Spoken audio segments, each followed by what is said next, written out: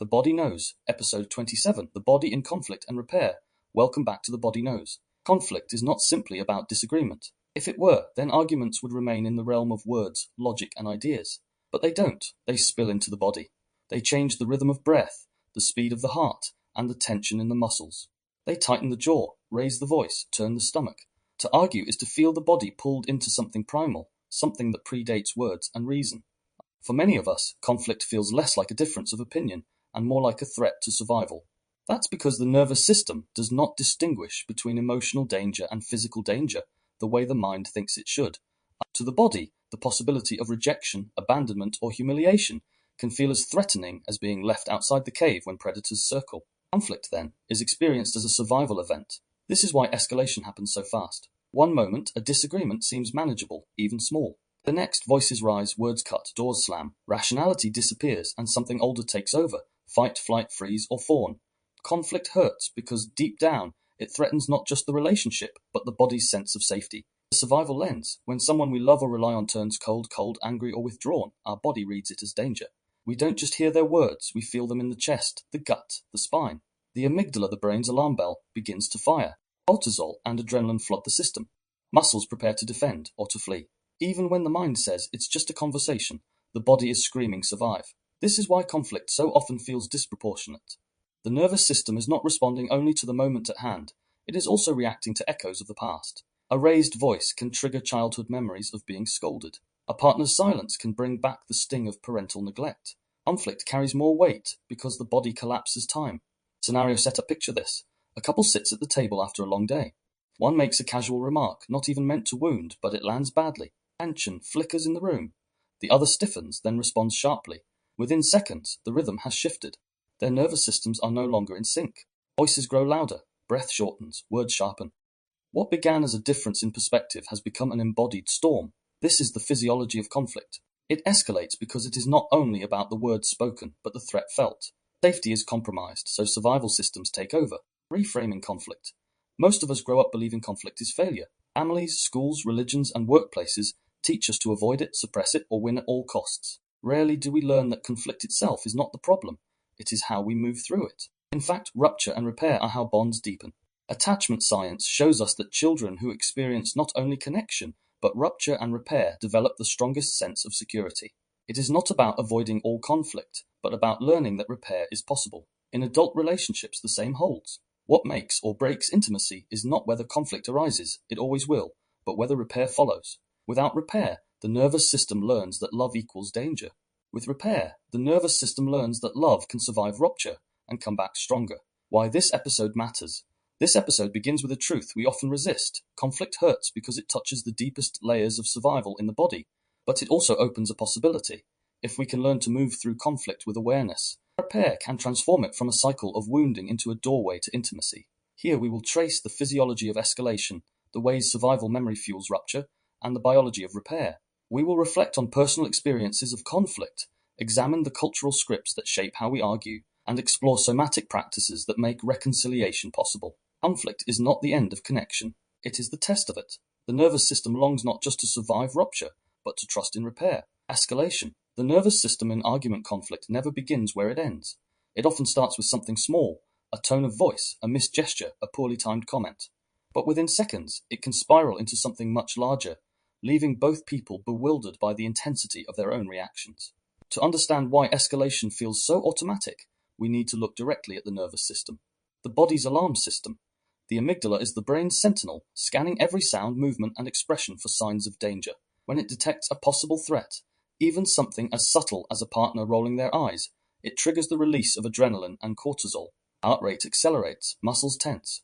The digestive system slows, the body prepares for battle or escape. In arguments, this cascade is often invisible. We think we are responding to words, but our body is responding to signals of safety or threat. A sharp sigh might feel like a sigh to one person, but to another whose childhood was filled with sighs before punishment, it can land like a gunshot. The nervous system collapses time, flooding the present with old fear. Scenario: the flicker of tension. Imagine this. Two friends are discussing plans. One wants to go out, the other prefers to stay in. It's not a major disagreement. Yet when one sighs heavily and mutters, "You never want to do what I want," the other's chest tightens. The words sting, but it's the tone, the disappointment that slices deeper. Their nervous system translates it not as a small frustration, but as rejection. The amygdala sounds the alarm. Their voice rises in defense. The other feels accused, so they push back louder. The exchange is no longer about the evening's plans. It's about survival. Each body, flooded with stress hormones, interprets the other as a threat. What began as a difference in preference has escalated into a nervous system storm. Fight, flight, freeze, fawn in conflict.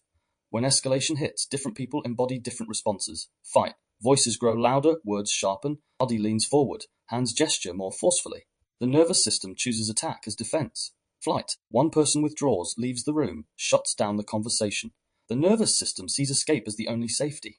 Freeze. Another may go blank, unable to speak or think, eyes glazed, body rigid. From the outside, it looks like passivity, but it is survival in shutdown. Fawn. Others appease, saying whatever will restore peace, even if it means abandoning their truth. This too is a survival strategy. Keep the threat calm at any cost. Escalation is not a moral failing. It is the nervous system reverting to ancient pathways. Why it feels out of control once cortisol and adrenaline surge, the prefrontal cortex, the part of the brain responsible for reason and empathy, goes partially offline. This is why mid-argument logic rarely works.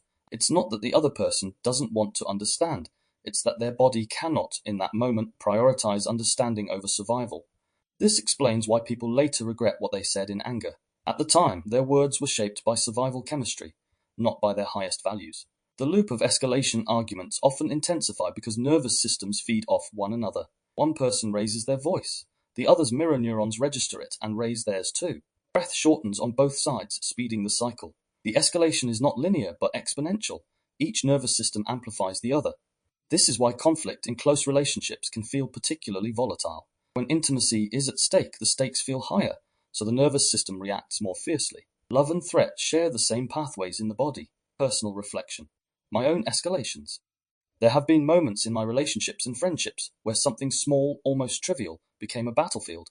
It wasn't the words alone, it was the way my nervous system interpreted them. A raised eyebrow could take me back years into the unspoken criticisms of childhood. A silence could collapse into abandonment. In those moments, I noticed how quickly my presence disappeared. Sometimes I would defend myself fiercely, only to later feel exhausted and ashamed.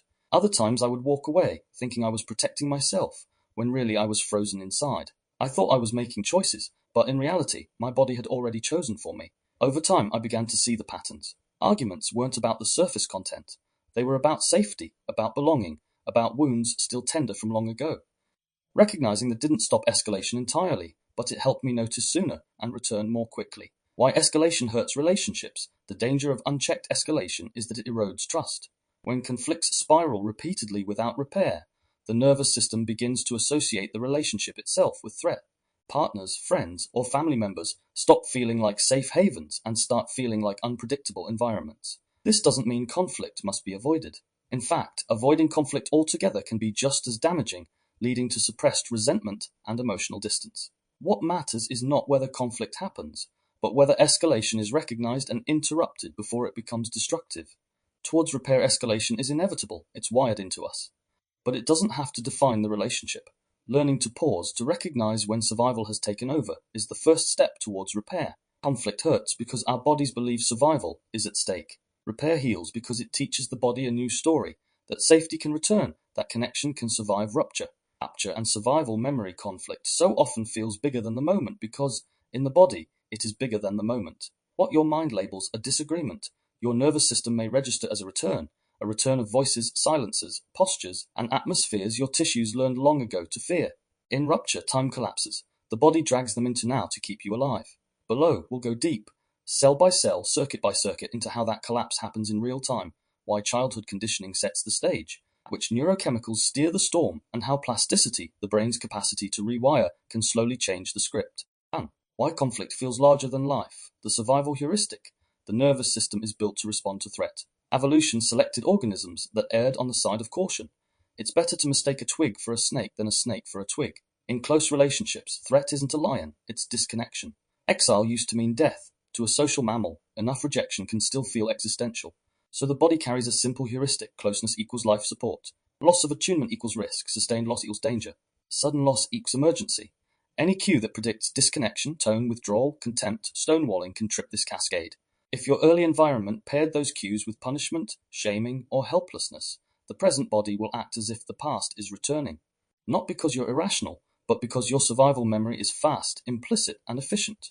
2. A real-time timeline of rupture, milliseconds to minutes. Scenario: you ask a partner for help. They glance at their phone, say "not now" in a flat tone, and turn away. You've agreed before that you'll ask when overwhelmed. You were hoping for closeness. Instead, you get coldness. Arrow to 150 milliseconds. Perception without interpretation. Eyes, ears capture micro cues. Jaw set, downward inflection, shoulder angle away. The thalamus routes sensory input to primary cortices, V1A1, while a fast, rough stream goes straight to the amygdala, low road, 150 to 400 milliseconds. Neuroception and appraisal. Amygdala evaluates safety danger from facial effect and prosody. If tone plus posture is greater than prior threat templates, it spikes. APSTS-FA pass biological motion and face. Insular samples gut-heart microshifts interoception. Hippocampus begins context matching. Have I been here before? With whom? What happened? 400 to 900 milliseconds. Autonomic tilt sympathetic branch primes. Heart rate up, vasoconstriction to the gut, and blood shunted to large muscles. Vagal break, ventral, releases, voice tightens, breath shortens, and eye contact narrows. 0.9 to 3 seconds. The state drives the story. The prefrontal cortex, PFC, tries to interpret, but the body state biases, meaning they don't care and faster than they seem stressed. Prediction systems, cerebellum striatal loops.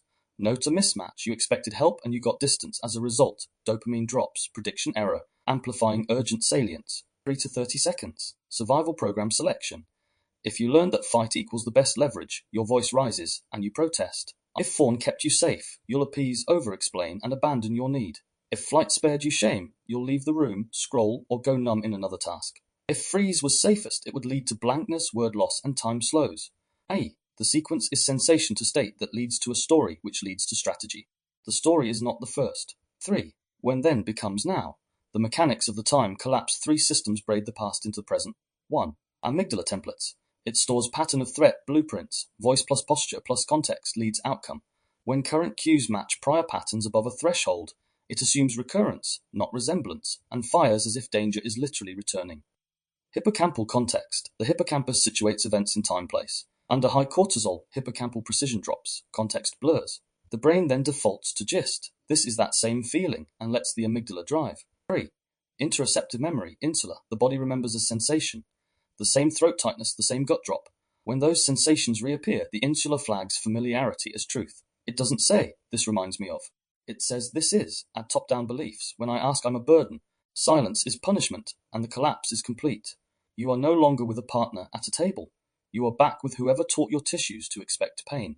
4. 4 classic childhood pairings that replay in adulthood. Yell leads to freeze fawn. Homes where raised voices preceded humiliation condition a parasympathetic collapse, freeze, or appeasement. Fawn to preempt harm. In adulthood, any loudness can produce instant word loss or overpleasing. Silence can lead to abandonment panic. Caregivers who withdraw connection train the body to equate quiet with exile. Adult taking space can feel like an emergency. Pursuit escalates as the only available oxygen. Contempt leads to fight. Eye rolls, sneers, sarcasm encode shame. Later, even subtle contempt cues can trigger hot anger to repel annihilation. Inconsistency leads to hypervigilance. Unpredictable caregiving builds dopamine-driven scanning. What's the pattern? Any ambiguity in tone or timing becomes a puzzle you must solve to feel safe. These pairings are not personality flaws. They're implicit learning. 5. The chemistry of rupture. Who pours what into the blood? Adrenaline, epinephrine, seconds fast mobilizer, heart, breath, and tremor. Our adrenaline, vigilance, narrow focus, memory tagging of salience. Cortisol, minutes to hours stress hormone, biases memory consolidation toward threat, blunts hippocampal context, slows digestion and reproductive axes. Dopamine, dips on disappointment, prediction error, spiking approach if anger promises control. Oxytocin, context dependent, can soothe and bond or heighten in-group vigilance. Low in threat rises with co-regulation. Endogenous opioids, blunt social pain in shutdown, can make dissociation feel relief-like. Serotonin, tone and impulse modulation. Low tone plus stress can tilt toward irritability, rumination. Inflammatory cytokines, IL-6, TNF, chronic relational stress nudges baseline inflammation, then amplifies sensitivity to negative cues. Under chronic stress, the starter fluid for escalation sits closer to the surface. S provocation, faster ignition. 6. Microcircuitry, who talks to whom during rupture perception layer, thalamus V1A1 FFAPSTS, faces motion STG prosody. Threat gating, amygdala samples from low road, fast plus high road via cortex. If in doubt, it airs toward danger. Interoception, posterior triggers the anterior insula, which integrates visceral cues. My stomach dropped, with meaning, this is rejection. Salience network, Anterior insular plus dorsal ACC switches attention to what matters now, the threat. Control network. DLPFC VMPFC try to reframe and inhibit, but their bandwidth shrinks under high noradrenaline cortisol. Autonomic nuclei. Nucleus ambiguous, ventral vagal for voice face heart, dorsal vagal for shutdown, sympathetic chain for mobilization. AG, periaqueductal gray, orchestrates fight-flight freeze sequences with spinal outputs. Think of rupture as salience hijacking. The threat network seizes the steering wheel, regulation and perspective ride in the boot until the car slows. 7. Tool of run-throughs, step by step. Raised voice ruptures 0 to 300 milliseconds, partner's volume spikes.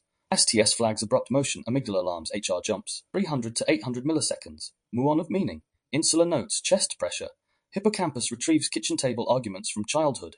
PFC begins to fade. Arrow point 8 to 3 seconds. Strategy selects fight or flight. If fight, zygomatic corrugate attention, jaw set, prosody sharpens, less melody. If flight, gaze aversion, exit impulse. 8 to 30 seconds. Words now ride physiology. You never globality signals amygdala dominance. Listening bandwidth collapses. 30 to 300 seconds. Either escalation, threat loop, or collapse, freeze. If a regulating cue arrives, gentle tone, slower breath, eye softening, ventral vagal can re-engage. If not, cortisol cements the memory as danger plus this person. B. Silent treatment rupture 0 to 300 milliseconds. No response. The mind seeks sound, the body hears void. The amygdala treats absence as a threat. 300 to 1200 milliseconds. Hippocampus pulls prior withdrawal equals punishment episodes. Insular spotlights gut drop. Prediction error, no reply when reply expected, leads to dopaminergic ache. The approach system is activated. Pursue. 1.2 to 10 seconds. Pursuit speech accelerates. Fawn logic tries to appease. I didn't mean. If no repair, panic climbs, sympathetic arousal or dorsal shutdown. Meaning calcifies. I'm too much. Love is conditional. They will leave. The present shrinks into the past. 8. Attachment multiplied by rupture. Y styles magnify the storm. Anxious attachment. High amygdala reactivity to separation cues. Pursue a strategy, then forwards to mapping fast, often painful. Avoidant attachment. Deactivation of conscious attachment feelings. Physiological arousal still rises, strategy and distance. The person becomes then, which can read as coldness and deepen the other's panic. Disorganized, approach, avoid, come here, go away, oscillation. Often rooted in caregivers who were both safe and frightening. Conflicts trigger double binds and lead to chaotic responses. None of these are destinies. They are starting states the body learned under pressure. 9. Reconsolidation. The plastic window that can unglue the past from the present survival memories aren't fixed films in a vault. Each time you play them, they can change, a process called reconsolidation. In Rupture, you can use this property to repair the past present glue. 1. Trigger and retrieve. The cue, tone silence, brings up the old memory network. Feelings, images, meanings. 2. Mismatch. Introduce contradictory, embodied evidence while the memory is labile, e.g., partner stays present, voice softens, validates your need, or you breathe differently and remain in the room. The body experiences this time is different. 3. Update. Over hours, the brain rewrites links. Raised voice always ends in annihilation. Space with exile when named and timed. My need is danger. Repeated mismatch experiences create new predictive models. The next rupture still stings, but it drags less of yesterday into today. 10. How plasticity wires the script and rewires it. Hebbian learning. Cells that fire together wire together. If tone plus tight chest plus shame plus withdrawal has co-fired 1,000 times, the circuit is strong. Long-term potentiation, LTP. Synaptic efficiency increases with repeated co-activation, easier triggering next time. Long-term depression, LTD. Synaptic strength decreases when expected outcomes don't occur. Myelination. Repeated strategies fight fawn, get faster. New strategies feel slow at first. Slowness is a feature, it's the feel of learning. Microglia astrocytes. Support synaptic pruning and metabolic recovery. Sleep, nutrition, and anti-inflammatory practices matter for emotional memory change. Plasticity is not willpower. It's conditions with the addition of repetition, combined with safety and the addition of time. 11. The wider body. Hormones and organs carry the feud the heart, brain loop. Baroreceptors inform the brainstem. Eye arousal reduces heart rate variability. HRV, less adaptability. Gut, brain axis. Threat slows post-peristalsis. Microbiome shifts under stress can amplify inflammation, nudging mood toward negativity bias. Thyroid reproductive axis. Prolonged cortisol can suppress both, depleting energy and libido. Therefore, intimacy erodes, making repair harder and confirming we're not okay. Rupture is never just in your head, it's systemic. 12. Cultural overlays that intensify collapse. Punitive households. Normalize yelling withholding. Adults later think they're overreacting when their body simply refuses to retolerate harm.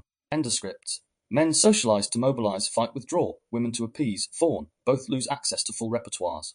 Religious shame cultures equate dissent with disloyalty. Disagreement equals moral danger. Body codes conflict as sin plus exile. Colonial authoritarian contexts. Obedience over dialogue. Nervous systems expect power equals peril. Critique feels lethal. Seeing the overlay lets you separate culture from truth. Personal reflection. What my body taught me. There were years I thought I was too sensitive. A sigh could pull the floor from under me. Silence after a plea would make my chest ache like abandonment itself. I can see now how many rooms were crowded. Not just me and the person in front of me, but teachers, relatives, systems, whole atmospheres I had learned to navigate by bracing, pleasing, or disappearing. Two things shifted me. First, naming the collapse. This is then, not now. Even whispered. Those words put a few millimeters of air between sensation and story. Second, seeking mismatches on purpose. Staying in the room quietly when I wanted to bolt. Asking for a break with a return time when I wanted to stonewall. Letting someone's softened tone land long enough to rewrite the inevitability of harm. I still get pulled, but the gravity is weaker. The orbit is wider. Time doesn't collapse as completely. There's more of me left in the moment. Putting it all together, a pragmatic map. In Rupture, expect fast amygdala threat tagging, PFC downshift, autonomic tilt, sympathetic dorsal, interoceptive déjà vu, throat, gut, chest, sensations that feel like truth. Attachment scripts, pursue, withdraw, fight, fawn, activating pre-choice. Salience hijack, attention glued to danger, nuance evaporates. To reduce the time collapse over time, micro pauses in the first 3-10 seconds. Long exhale, label sensation. My chest is tight. Say one true sentence. I'm overwhelmed. I want to connect, but I need 10 minutes. Context anchors. Name the room, the date, the person. Look for 3 blue objects. Sensory facts reground hippocampus. Boundary breaks. I'm coming back at 7:10. Prevents withdrawal and avoids exile mapping. Mismatch practice. Let small repairs land. Feel them. Journal the body shift. Sleep and recovery. Consolidate new links. Plasticity loves rest. None of this is about shaming the body for reacting. It's about understanding why it does, and giving it enough different endings that it learns a new beginning. A final stepped vignette. From rupture to a different ending. Cue. Partner's flat. Not now. Turns away. Go to 3 seconds. Chest tight. Inner impulse. Protest. You place a palm on your sternum. Exhale to 6. Eyes soften. Ventral vagal nudge. 3 to 15 seconds. You say one sentence. I felt alone when I asked. Not a case, not a story, just the body's truth. You add, can we talk in 10 minutes? Boundaried space. 10 minutes later, you re-enter by agreement. Partner turns toward you. Prosody warmer. Your insula registers the mismatch, silence or exile when timed and named. Amygdala lowers gain slightly. Hippocampus tags this context as different. After, you write one line. Asked for space and additional time. There was a return and safety restored. Chest released. That line is not a diary, it's a synaptic note. Next time, the collapse will still try to happen, but the new path exists. That's reconsolidation in the wild. That's plasticity as promise. Bottom line. Rupture hurts because the body is not only hearing the person in front of you, it's hearing everyone who taught it what danger sounds like. The goal is not to silence that wisdom, but to update it. With awareness, small physiological choices, and repeated mismatches, then loosens its grip on now. Disagreement can become just that this disagreement, and the nervous system at last can learn that love survives it. Anatomy of repair conflict is not the enemy. It is the doorway to intimacy, if we know how to step through it. Yet for many of us, the very thought of repair after rupture feels terrifying. When voices have risen, when silence has descended, when the body has flooded with adrenaline and cortisol, we may feel there is no way back. The nervous system whispers, stay away, it's not safe. But here's the paradox. Without repair, no relationship can endure. Repair is the medicine that rewires the body's memory of conflict, turning danger into safety regained. Repair is not just saying sorry. It is a full-body process, physiological, emotional, relational, and at times spiritual. It is about how two nervous systems that have spun apart come back into rhythm. When done well, repair is not the erasure of conflict, but the transformation of it. It is the reminder to the body that rupture does not equal abandonment, that disagreement does not mean exile, and that connection can survive the storm. Let's slow down and walk step by step through what actually happens in the body during repair. We'll explore the chemistry of reconciliation, the micro-movements of trust being rebuilt, and the lived reality of turning towards each other after turning away.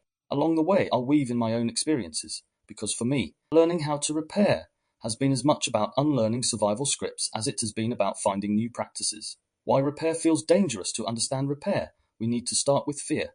The nervous system does not easily let go once it has detected a threat. When cortisol floods, when adrenaline is rushing, the body is primed for defense, not for reconciliation. The amygdala, the brain's alarm bell, tends to stay on even after the argument seems over. The body remembers faster than the mind forgives. This is why so many arguments feel unresolved. Even when the words are done, the body is still carrying the imprint of danger. The stomach churns, the jaw clenches, the heart beats unevenly. We may withdraw into silence or lash out again, not because we want to, but because the body has not yet shifted state. Repair then begins not with words, but with nervous system regulation. It requires a signal, a real, an embodied cue that the danger has passed and safety is possible again. Step 1. The pause repair often begins with a pause. This can feel counterintuitive. Many of us were taught to fix it immediately or to never go to bed angry, but the nervous system does not obey moral rules. It needs time to metabolize the chemicals of threat.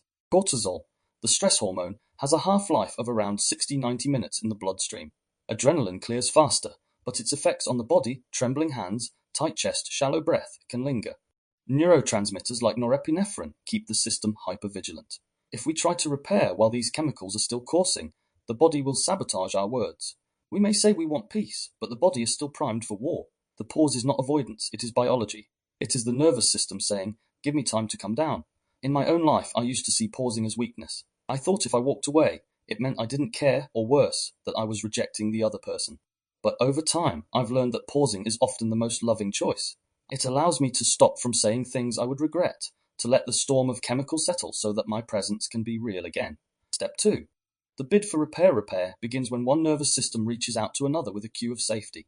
This is what John Gottman, the relationship researcher, calls a repair attempt. It might be a touch, a softened tone of voice, a simple phrase like "can we talk?" Physiologically, the bid for repair is about signaling a shift from sympathetic arousal, fight-flight, to parasympathetic engagement, social connection. The vagus nerve, particularly the ventral branch, plays a central role here. When the eyes soften, the voice lowers, the body turns toward rather than away, and the ventral vagal system cues safety. This is why eye contact, gentle touch, or humor can instantly shift the tone after a fight. But here's the delicate part. The bid only works if the receiver's nervous system is ready. If the body is still in high threat, a bid can feel like an intrusion. Timing matters. Step 3. The first exchange. When the bid is accepted, something remarkable happens in the body. Oxytocin, the bonding hormone, begins to release. Cortisol levels start to drop. The nervous system shifts from contraction to expansion. It often begins with something small, a sigh, a loosening of the shoulders, the eyes softening. These micro-shifts tell the body safety might be possible. A real-time example, imagine two partners after an argument. They've both gone silent, retreated to different rooms. An hour later, one knocks gently on the door.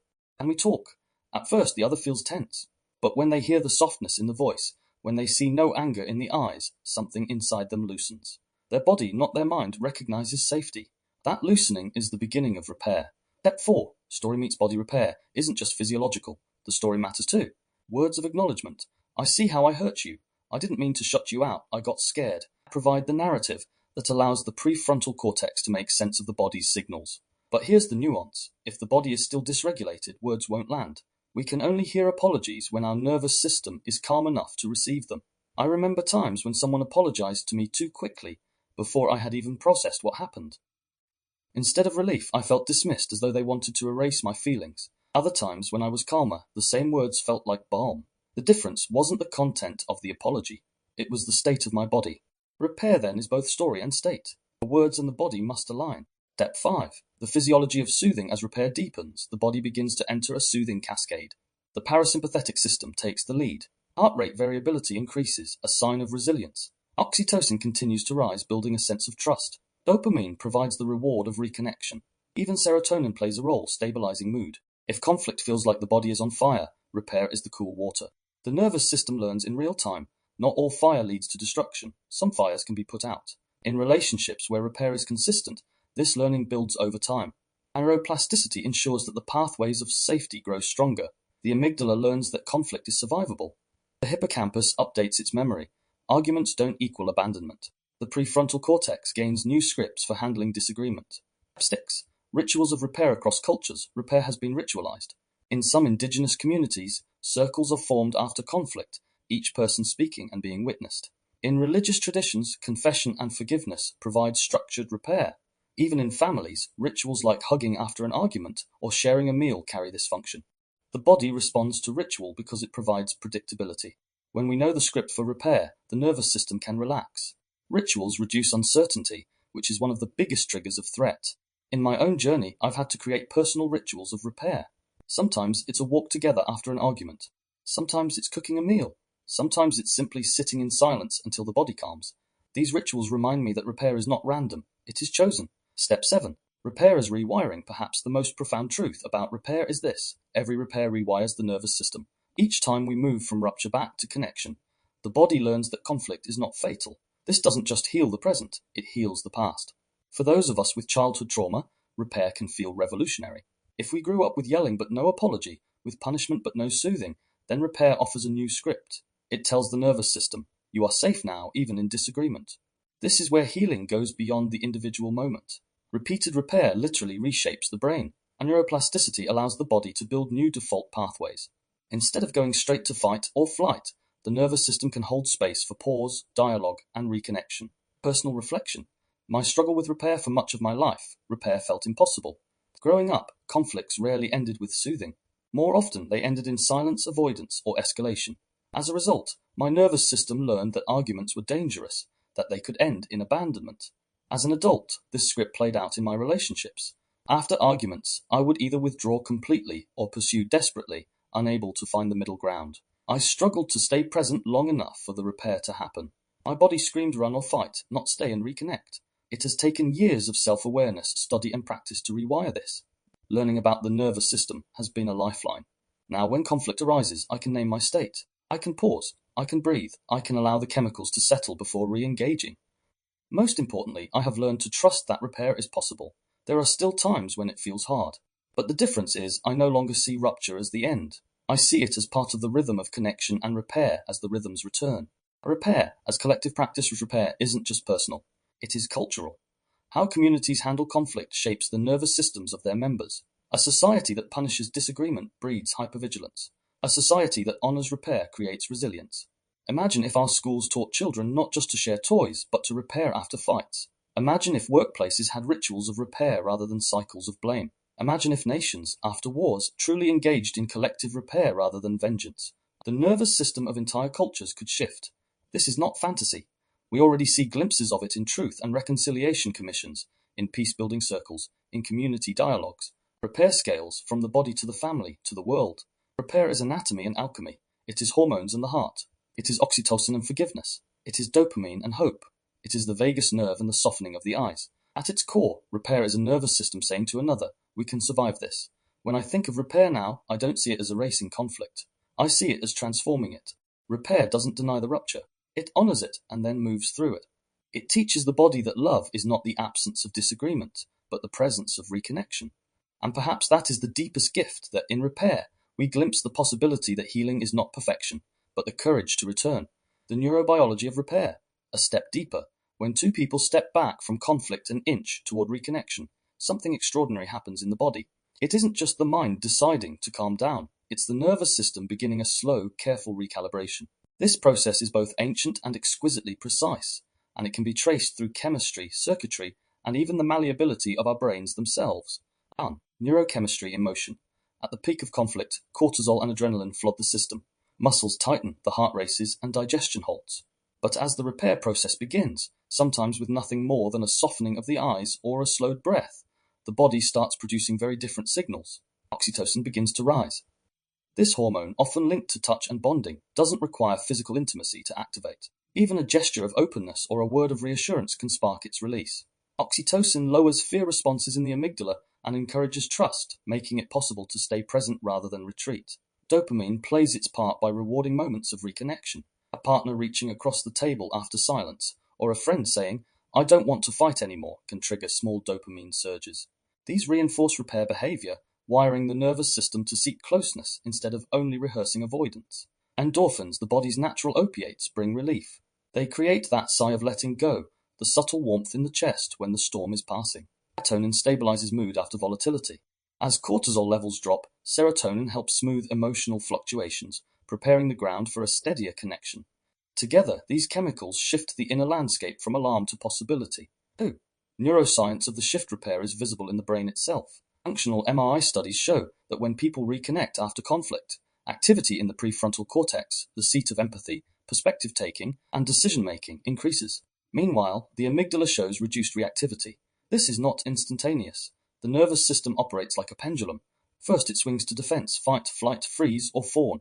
Then, if safety cues are detected, it swings back toward ventral vagal activation, the polyvagal social engagement state.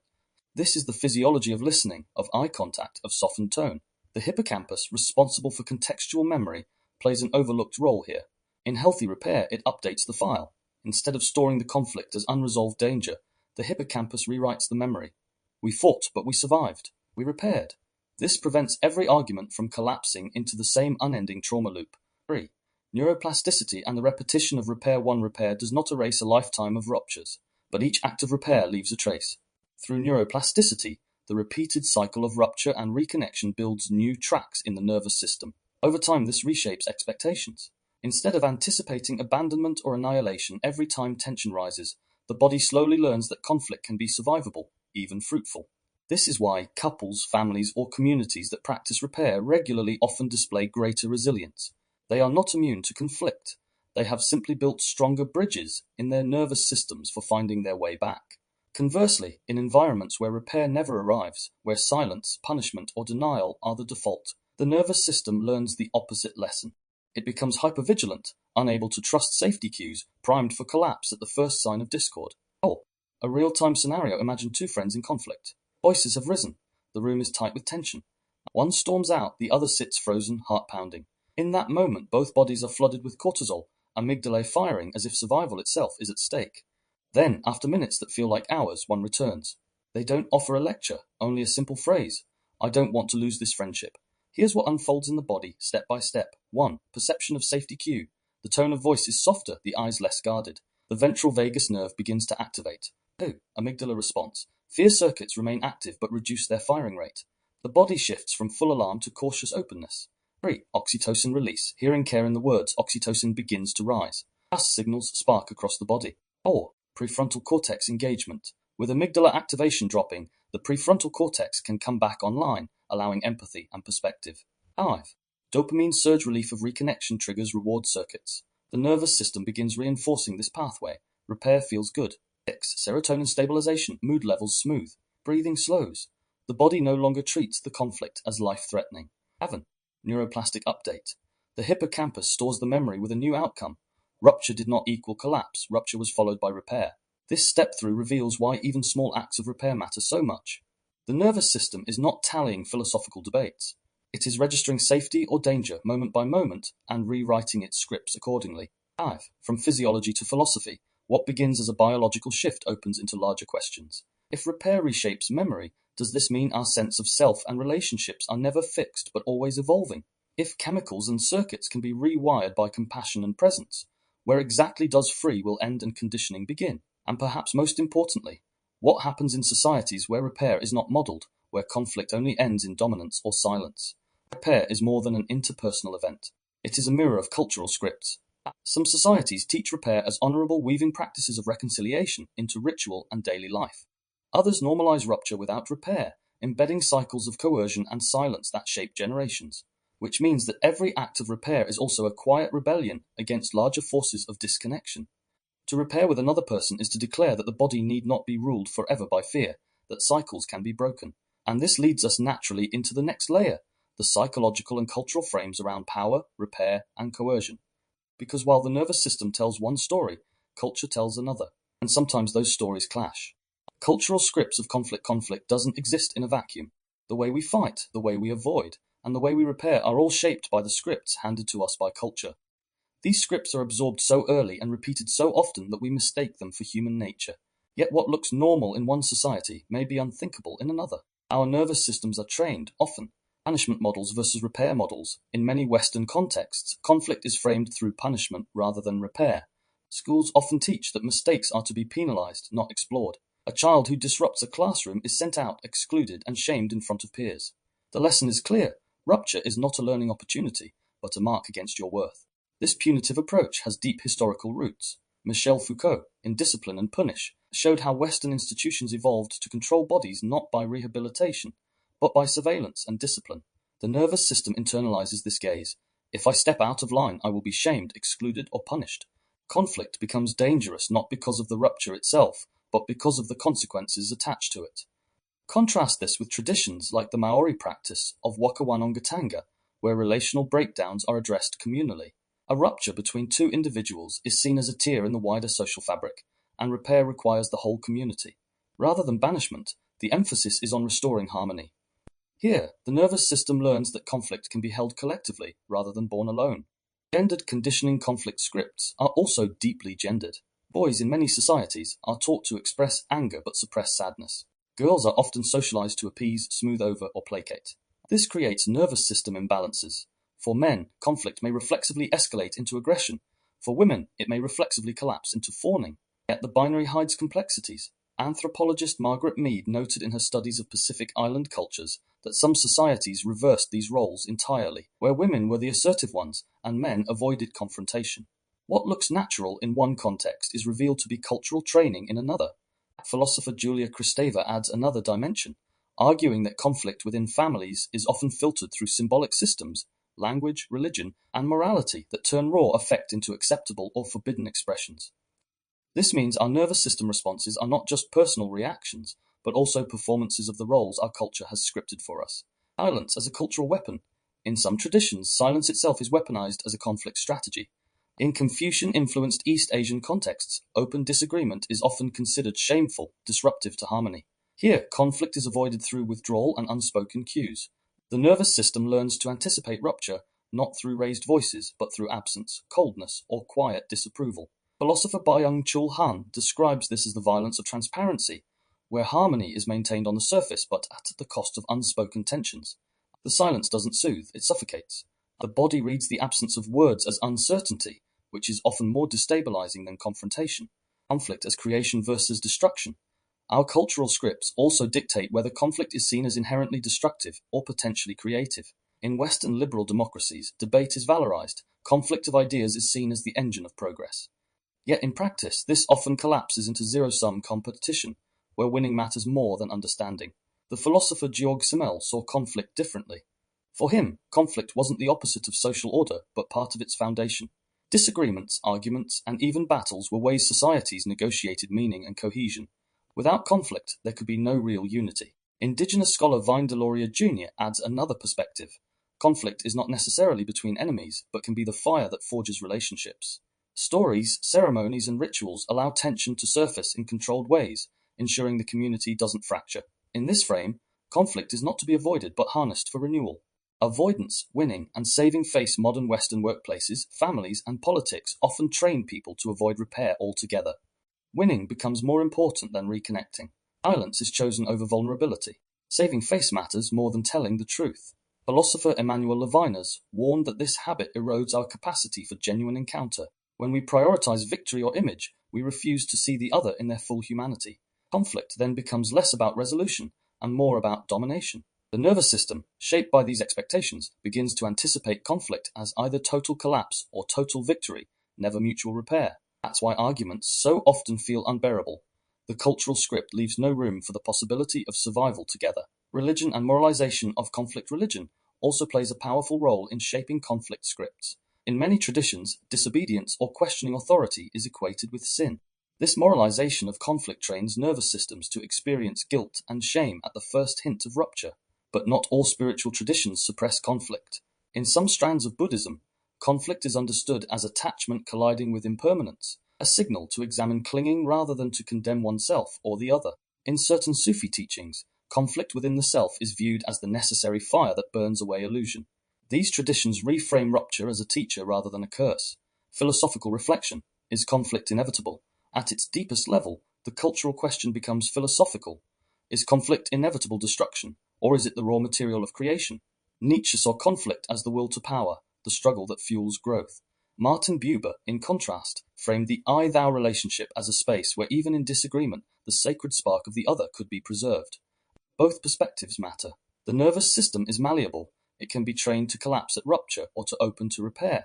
Cultural scripts provide the frame, but awareness allows us to step beyond them. Toward new scripts, recognizing these cultural inheritances is not about shaming the past, but about freeing ourselves from unconscious repetition. We inherit punishment models, gender roles, silences, and moral judgments, but we are not bound to them. By noticing how our nervous systems react under these scripts, we begin to write new ones. Scripts where conflict is not exile, but invitation, not shame, but signal, not destruction, but doorway. And that shift from unconscious script to conscious authorship is itself an act of repair, not only within relationships, but within culture itself. Somatic tools for repair conflict is inevitable. Whether in families, friendships, partnerships, or workplaces, sooner or later, friction arises. The question is not whether rupture will happen. It always will, but what happens after? For many of us, our cultural training has conditioned us to see conflict as dangerous, something to be avoided, or something that must be won. But the nervous system tells a different story. Repair is possible, repair is necessary. And repair, when practiced consciously, not only restores connection, but rewires the nervous system toward resilience. Repair as a nervous system event. When we talk about repair, we often frame it as an act of will, choosing to apologize, to forgive, to let go. But long before the mind forms those choices, the body is already responding.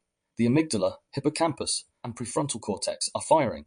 The vagus nerve is adjusting its signals. Hormones and neurotransmitters are surging or calming. Repair is not just saying, "I'm sorry." Repair is a shift in physiological state, from threat back to safety, from separation back to connection. The tools of repair are therefore not only about words, but about body states, breath, posture, tone, and rhythm.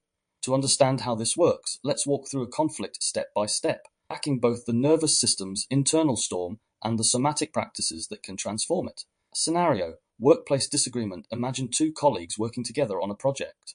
Tension arises over direction. One believes in moving fast, prioritizing deadlines.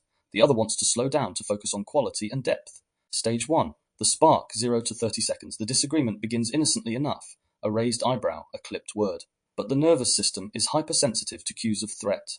Neurobiology. The amygdala picks up micro-expressions, tone shifts, or body language before the conscious mind processes meaning. Within milliseconds, it primes the fight-flight system. The hypothalamus releases corticotropin-releasing hormone, CRH, preparing the adrenal glands to flood the body with cortisol and adrenaline. Active experience. I feel my chest tighten. My jaw sets. My body interprets this as danger, even before I know why. Already, both colleagues may be sliding toward escalation, not because of malice, but because their bodies have registered threat. Somatic tool. Pause. A single breath in through the nose. Slow exhale through the mouth. This signals the vagus nerve stimulating parasympathetic regulation. Even if the words continue, the body begins to re-anchor. Stage 2. Escalation. 30 seconds to 2 minutes. The disagreement sharpens. Voices rise. Each person repeats their point with increasing insistence. Neurochemistry. Adrenaline peaks. Cortisol continues to rise. Blood flow shifts toward large muscle groups, preparing for action. The prefrontal cortex, the seat of reasoning and perspective taking, begins to go offline under stress. Neuroplastic pathways formed in childhood conflict. When someone raises their voice, "I'm unsafe," reactivate, overlaying the present with echoes of the past. Objective experience. I'm no longer listening, only preparing my next point. My chest feels hot, my hands clench. I feel the urge to win or walk out. Somatic tool. Name the sensation. Research shows that affect labeling, simply saying, "I feel tightness in my chest, I feel angry," reduces amygdala activation and re-engages the prefrontal cortex. Naming doesn't solve the conflict, but it slows the runaway train. Stage 3. The peak, 2 to 5 minutes. The argument reaches its climax. One person interrupts, the other slams a hand on the table. Both are in full fight-flight activation. And neurobiology, the amygdala dominates. The vagus nerve shifts into defensive mode, heart rate variability decreases, and breathing becomes shallow. Mirror neurons begin to amplify escalation. One person's raised tone unconsciously pulls the other into mimicry. Subjective experience. I feel like I'm fighting for survival, not debating a project. My mind collapses into black and white. Either I win or I lose. Somatic tool. Time out with repair intention. One person says, "I need 5 minutes to breathe, but I want to return." The explicit commitment prevents the break from being read as abandonment. Neuroplasticity research shows that repeated practice of pause without leaving rewires associations. Disagreement no longer automatically equals rupture. Stage 4. De-escalation. 5 to 15 minutes. Both colleagues step back. Each takes a short walk, drinks water, and breathes deeply. The body begins to metabolize the surge of adrenaline. Neurochemistry. Cortisol starts to decline. Endorphins may be released with movement, countering stress hormones. Oxytocin can be stimulated by self-soothing actions, hand on chest, slow rocking. Subjective experience, the fog begins to lift. My chest loosens. I can think again, though I still feel fragile. Somatic tool. Orienting. Looking around the room. Name 5 things you see, 4 things you hear, 3 things you feel. This grounds the nervous system in present reality. Now is not then. Stage 5. Re-engagement. 15 to 30 minutes. The colleagues return. They begin to speak more slowly. One admits, "I felt unheard." The other replies, "I felt dismissed." Neurobiology. As safety cues return, softer tone, slower rhythm, direct eye contact, the ventral vagal system reactivates. The prefrontal cortex re-engages, allowing empathy and perspective taking. Mirror neurons now amplify calm rather than escalation. Objective experience. I can hear the other person again. I don't agree yet, but I feel possibility rather than threat. Somatic tool, co-regulation through rhythm, matching breath pace, nodding gently, and slowing speech. These non-verbal cues align nervous systems faster than words alone. Stage 6, repair 30 minutes to 1 hour. They reach a compromise, adjusting deadlines to allow for both speed and quality. But more importantly, they name the rupture and the repair. We got heated, but we found a way back. Neurochemistry. Oxytocin rises with eye contact and agreement. Dopamine reinforces the reward of resolution, strengthening neuroplastic pathways that associate conflict with eventual repair rather than abandonment. Subjective experience. I feel relief. The tension has drained. I trust this connection more, not less. Somatic tool. Ritualized closure. Some teams shake hands, others name one takeaway. In personal relationships, it might be a hug or simply, thank you for staying with me. These rituals cement safety in the nervous system. Step-by-step summary 1. Spark, amygdala fires, body registers threat. Leading to a breath pause. 2. Escalation, cortisol rises, logic fades. Allows time to name sensations. 3. Peak, fight-flight dominates, mimicry escalates. Leading them to take a timeout with intention. 4. De-escalation, hormones metabolize, body softens. Allowing a new orientation to the environment. 5. Re-engagement, ventral vagal cues restore safety. Engaged slow tone and re-established eye contact. 6. Repair, trust rebuilt, dopamine oxytocin reinforced resolution, allowing a ritual closure. This sequence is not just psychological, it's chemical, electrical, and embodied. And because of neuroplasticity, every time a rupture moves into repair, the brain rewires. The association of conflict with danger weakens. The association with safety strengthens. Somatic practices for real-life breath as reset. Inhale for 4, exhale for 6. Simple ratio breathing activates parasympathetic regulation. Touch as anchor. Hand on heart, self-hug or grounding touch communicates safety through proprioception. Voice as regulator. Slow, lower-pitched speech cues safety through the social engagement system. Movement as medicine. Walking, shaking, stretching metabolizes stress hormones. Ritual as repair. Closing conversations with intentional words or gestures trains the nervous system to expect closure rather than endless rupture. Conflict as a laboratory for growth. When practiced consciously, conflict becomes a laboratory for nervous system healing. Each rupture repair cycle builds resilience. Each step from threat to safety rewires pathways that once equated disagreement with danger. Over time, the body learns a new script. Conflict is survivable, repair is possible, and connection can be stronger on the other side. And that is the essence of somatic repair. Not the absence of conflict, but the presence of awareness. Not avoiding rupture, but learning how to metabolize it. Integration and reflection conflict has a way of making us feel small. It shrinks the horizon until all we can see is the other person's face, the tone of their voice, the weight of their words. But when we zoom out, when we see conflict through the lens of the body and the nervous system, something surprising emerges. Conflict is not only a rupture, it is also potential. Integration begins with recognizing that our bodies are not betraying us when they flood with adrenaline or collapse into silence. They are performing ancient scripts, honed over millennia, designed to keep us alive. The problem is not that our nervous system overreacts, but that it cannot always distinguish between the quarrel in the kitchen and the predator in the forest. Integration, then, is about teaching the body that this now is not that then. Conflict as a teacher. For most of my life, I treated conflict as failure. If I argued with a partner, it meant something was broken. If I clashed with a colleague, it meant I wasn't good enough. But with time, and with the practice of listening to my body, I came to see conflict as a teacher. Each argument is a mirror, showing us the parts of ourselves we most want to hide. The raised voice that makes us flinch is not only theirs, it reflects the parent who once shouted us into silence. The cold withdrawal that makes us ache is not just today's partner. It echoes the playground exclusion or the teenage heartbreak. The body doesn't forget. It carries every lesson forward, weaving the past into the present until we learn how to untangle the threads. Integration is not about erasing those echoes. It is about recognizing them in real time and responding differently. Where once I would react with fury or collapse, now I pause and ask, is this about now or about then? That single question has shifted the ground beneath my feet. Repair as alchemy repair is not the same as resolution. Resolution seeks to settle the argument, to declare a winner and a loser. Repair, by contrast, seeks to transform the very ground on which the conflict stands. I once thought that apologies were enough. If someone said sorry, I felt pressure to forgive, to move on. But the body is not fooled by words alone. True repair requires embodied signals of safety. The softened gaze, the slower tone, the willingness to sit with discomfort until the storm has passed. When repair happens, it is alchemical. The same nervous system that moments earlier flooded with cortisol now releases oxytocin. The same body that braced for impact now leans in for connection. Conflict becomes the raw material, and repair becomes the fire that forges intimacy from it. Integration means embracing this alchemy, not seeking to avoid rupture, but trusting that, with awareness, rupture can lead to deeper connection. The ecology of conflict. One of the most profound shifts in my journey was realizing that conflict is never contained between just two people. Each rupture ripples outward, touching children, friends, colleagues, and communities. When a workplace dispute festers unresolved, it shapes the mood of an entire team. When a family argument drags on in silence, children absorb the tension into their own nervous systems.